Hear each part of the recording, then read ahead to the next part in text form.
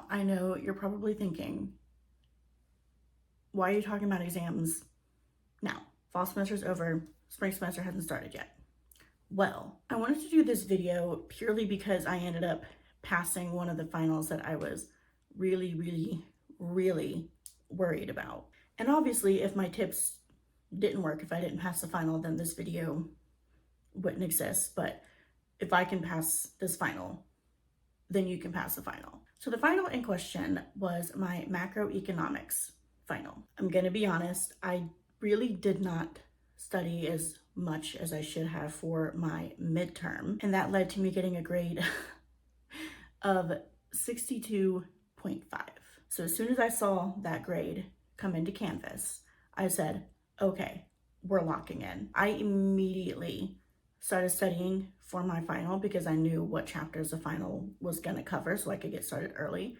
I studied for the final for about a month and just under a month and a half. I ended up passing my final for macro econ with a 94 solely because of these tips that I'm about to go over with you. So if you didn't have such a great fall semester with your exams, you're struggling a little bit, you need some help, but you don't know where to start with studying, this video is for you. And it's important to have this video before the spring semester starts. My classes start in about 2 weeks, so I'm actually very excited for them. Without further ado, let's get into the study tips. So the first thing that I did as soon as I saw my midterm grade come in was I started rereading the chapters that we had already gone over in the class. Because clearly if I didn't get the concepts for the midterm and I ended up getting the grade that I did on that midterm, I wasn't understanding it properly. And it's never a bad thing to reread them over because obviously chapter 1 is at the beginning of the semester.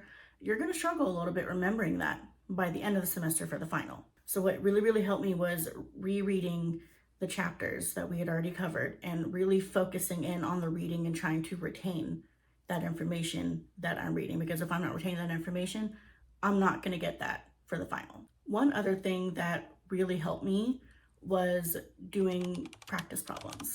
So these problems are beyond what we had for the homework. There was this completely separate homework assignment where the problems that were at the end of the chapters in the book weren't part of the initial homework assignments that we had over the course of the semester. So what I would do after rereading each chapter is I would go through and I would do the practice problems at the end of the chapter where there was going to be the answer provided because some of the problems didn't have the answer. So I would do those practice problems and then obviously test myself and go over the answer and see if I got the answer correct.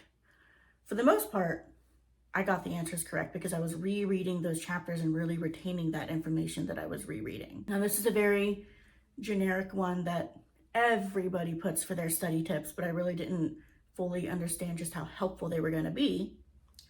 Flashcards. Vocabulary is something that I've never really struggled with too much, but in a college level economics class, you're retaining a lot of vocabulary and you need to know a lot of terms.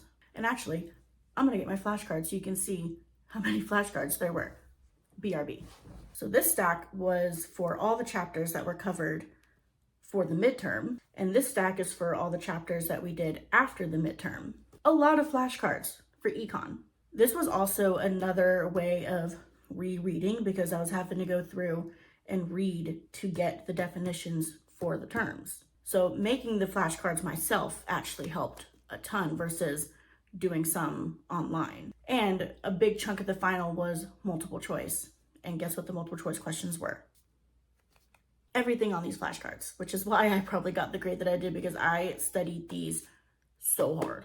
And to be honest, maybe I'm weird for this, I actually had a lot of fun making flashcards. And because I'm taking micro econ next semester, just because look at all the ones that I made, I bought myself a brand new stack just so that I was prepared. Now, I don't know if this is going to be the case for everybody, but at my school, my macro econ textbook was published by Norton.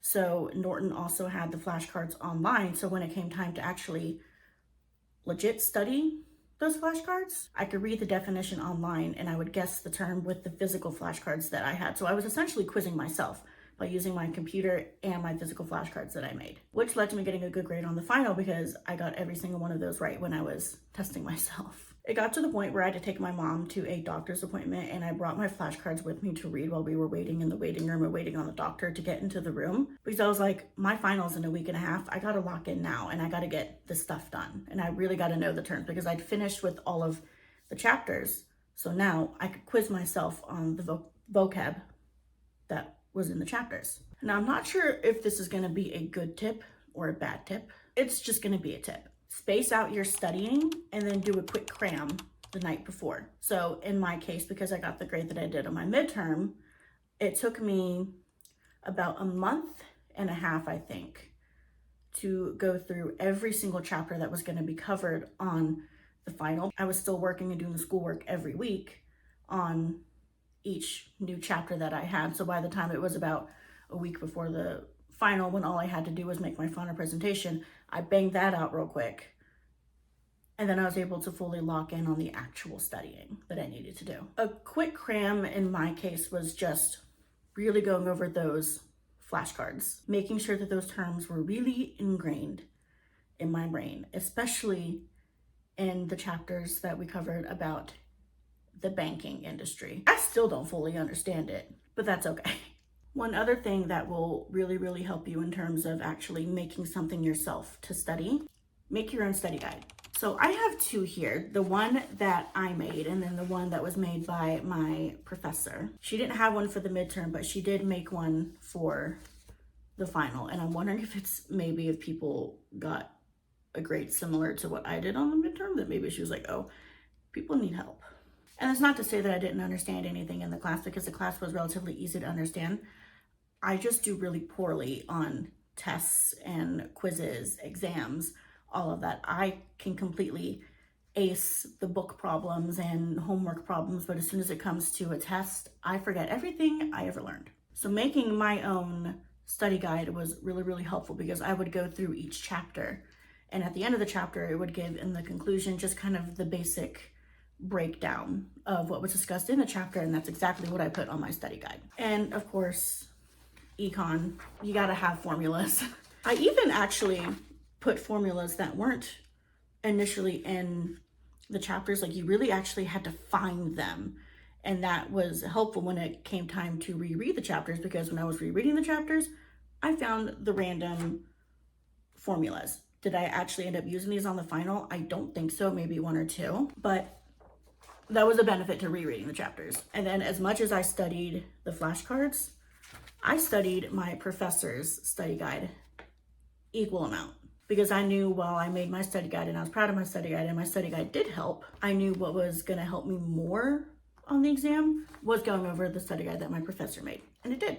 One other thing with study guides that I really didn't realize was going to help until I actually did it is I would read it out loud to myself and then explain each concept that I was reading as if I was going to explain it to my 16-year-old brother. Explaining it to myself really helped me actually understand what I was reading. Teach yourself, essentially. Teach it as if you're going to be teaching it to your younger siblings, your cousins, your nieces, your nephews, any young person in your life.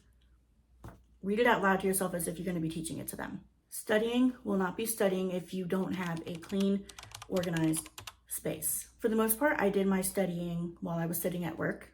I work at a hotel, and there really is nothing to do but sit there and wait to check somebody in or answer the phone. So I had ample study time. And what I would have in front of me was my notebook to reread notes, pencil and paper, my flashcards, and my study guide, and my computer, because I had my textbook open in front of me, and it was all digital.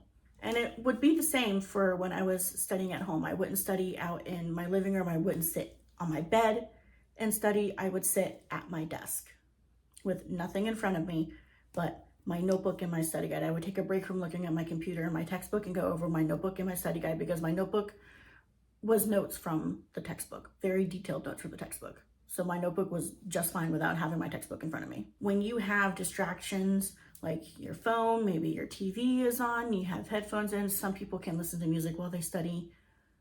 I can't listen to music just in general while I read. I needed to make sure that my door was shut and that I was completely isolated and alone so that I could lock in. And my last tip that I will always give, regardless of whether or not you have an exam, if there are any concepts that you truly don't understand, reach out to your teacher. I've said it before and I will say it again. Your teachers are there to help you. They want you to succeed. My professor that I had for macro econ, I'm also going to have for micro econ next semester, which I'm very excited about because she is absolutely wonderful. She is always available to answer any questions that you have. She wants to make sure that you're understanding what she's trying to teach. She wants you to be successful. There's no point in them being a teacher if you can't help them teach you. If there's something that you're truly not understanding, reach out to them. They might have additional resources for your additional problems to go over. That'll be a little bit easier for you to understand the concepts. Just reach out to them. I would not be as successful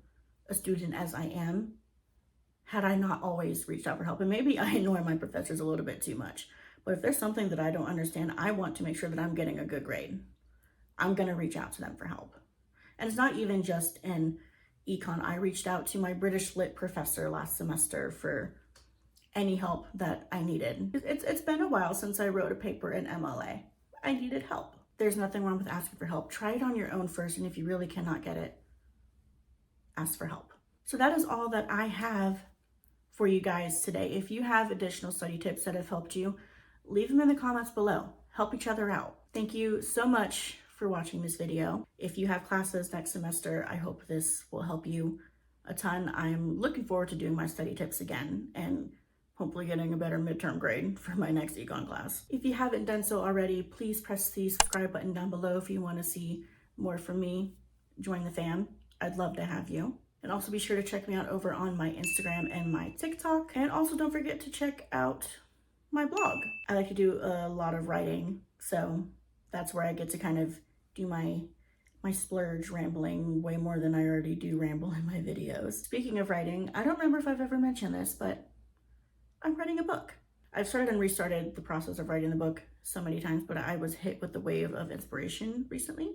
So I'm starting fresh and I'm writing a novel. Very, very excited for that. But I love to ramble on my blog, so go check out my blog. Okay, I'm gonna finish talking.